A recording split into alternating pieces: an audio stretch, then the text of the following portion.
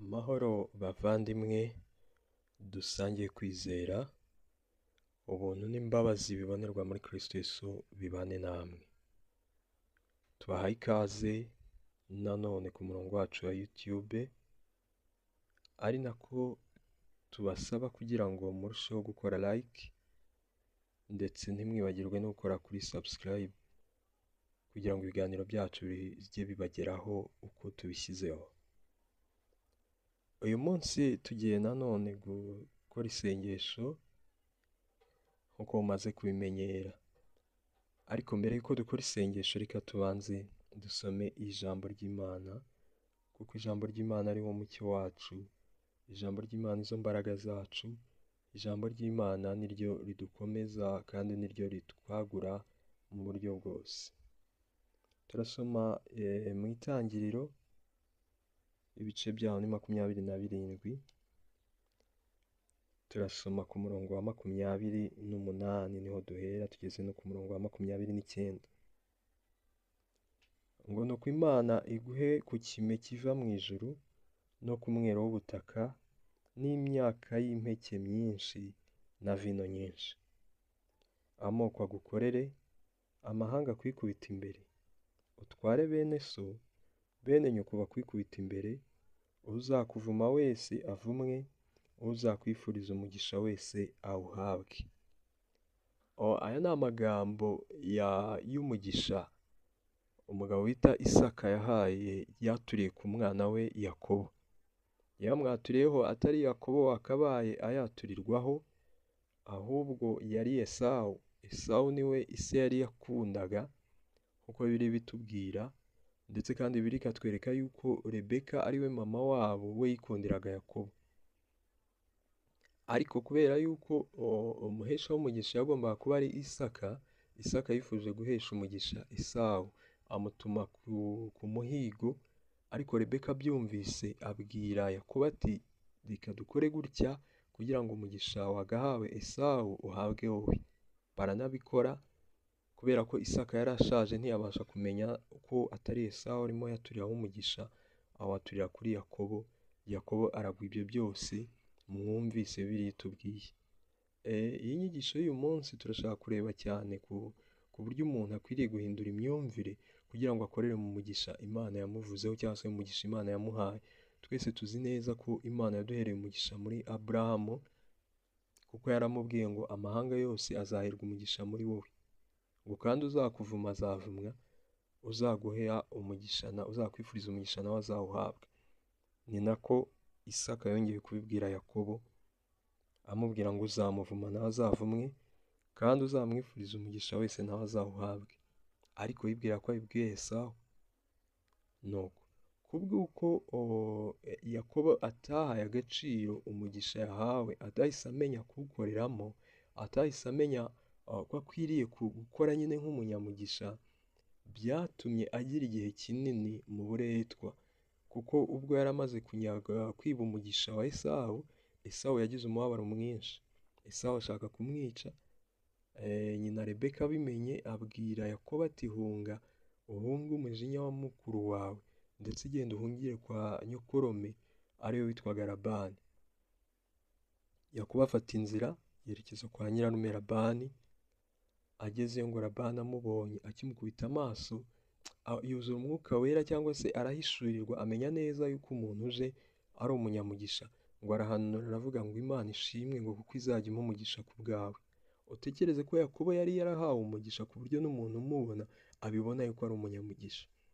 Ariko Yakobo we amaso yari agihumye, imyumvire ye yari igifunze, yari atarahindura imyumvire ku buryo abasha gukorera mu mugisha.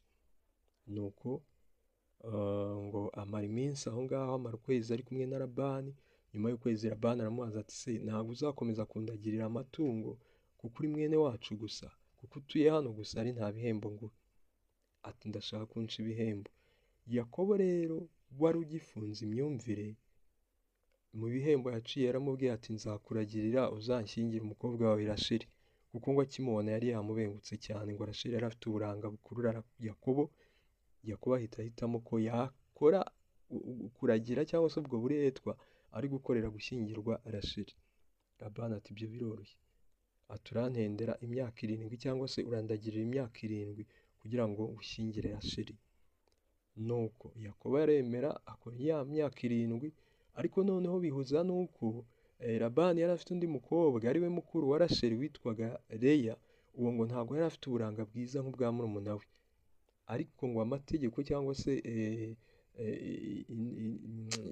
imibereho yabo kera ikaba itaremeraga ko umukobwa muto yashaka mukuru wa gihari.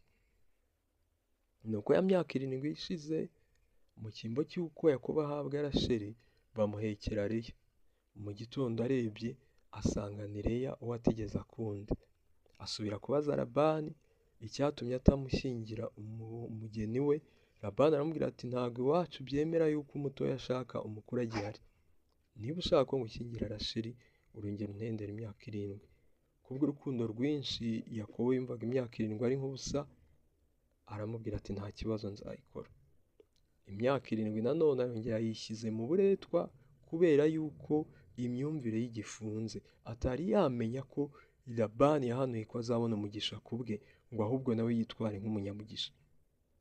Nuko imyaka 7 ishize amuha Rasheli. Kubw'uko yari amaze kugira inshingano z'ababyeyi z'umugabo, noneho n'afite abagore 2, abona ibyo kubatunga ntibiri kuboneka. Aracyateza amaboko gusa kwa nyirarume, kandi ari umuntu w'umugabo umaze kugira inshingano. Noneho niko kubwira nyirarume Labani ati nsezerera nsubire mu gihugu cyacu.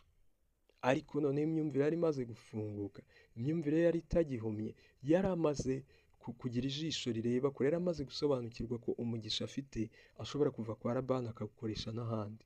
Yari amaze kwibuka amagambo yaturiweho igihe ise Isaka yamwaturagaho amagambo akomeye y'umugisha.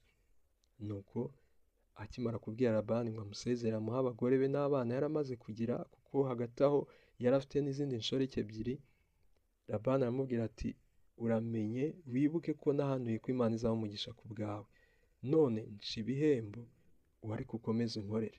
Yakobo nk'umuntu wari umaze guhindura imyumvire, wari umaze guhishurirwa, aravuga ati okay, nta bihembo bindi nguca, ndakuramo amatungo cyangwa se intama z'ibitobo n'iz'ibihuga n'iz'ibikara, izo zose niziva mu mukumbi wawe, izindi zizaboneka zimeze gutyo zizaba ibihembo byanjye. Labani ati nta kibazo.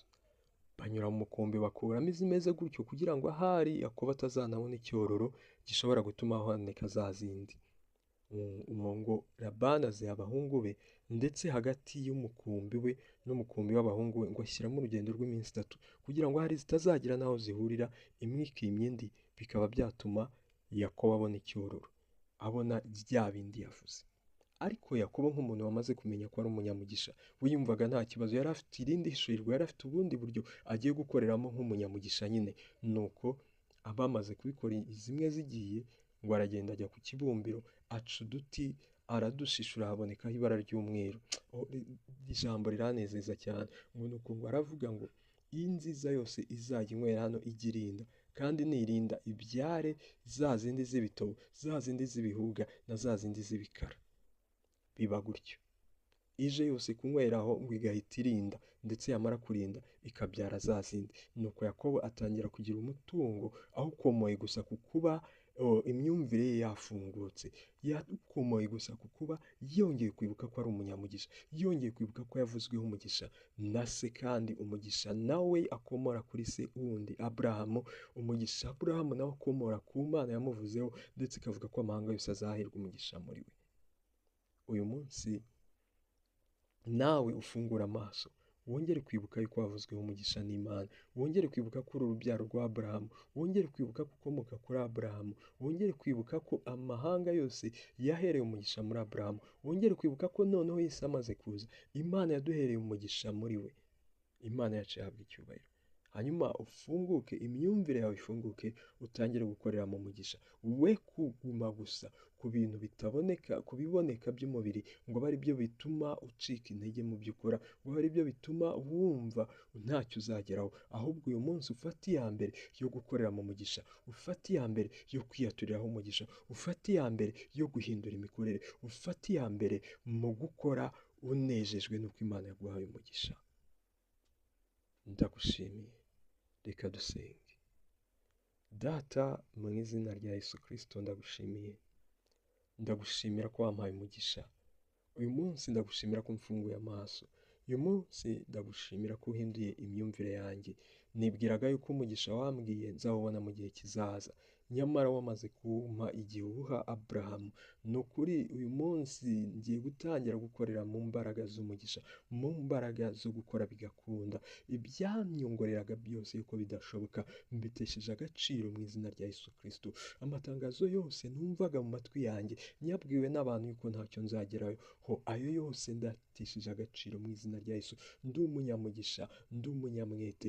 Icyo nkoze cyose kizambera cyiza, icyo nkojejeho amaboko yose cyose kizampira. Ndagushimiye ko n'uzamvuma azaba yivumye. Ndagushimiye kandi mwami wanjye ko wankunze ukampindura umugisha ku rwego rw'uko uzanyifuriza umugisha nawe azajya awuhabwa. Nongeye guhishurirwa ko urukundo rwawe rwatumye umugisha muri urwo rwego, ndetse ukampindura umugisha. Izina ryawe nirihabwe icyubahiro. Amen.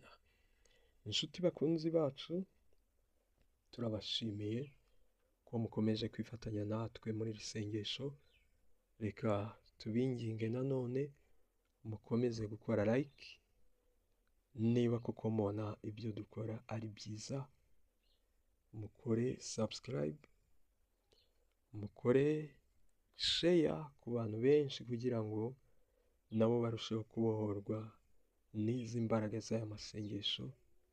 Kandi nanone turabinginga cyane kugira ngo mujye muduha na komenti kugira ngo tumenye ibindi twanoza, niba hari bitanoze cyangwa se niba ari n'ibibazo bindi mufite nabyo mubitubaze, kugira ngo mu isengesho rindi rikurikiye tujye tubasha kubana namwe mu buryo bwo gusubiza ibibazo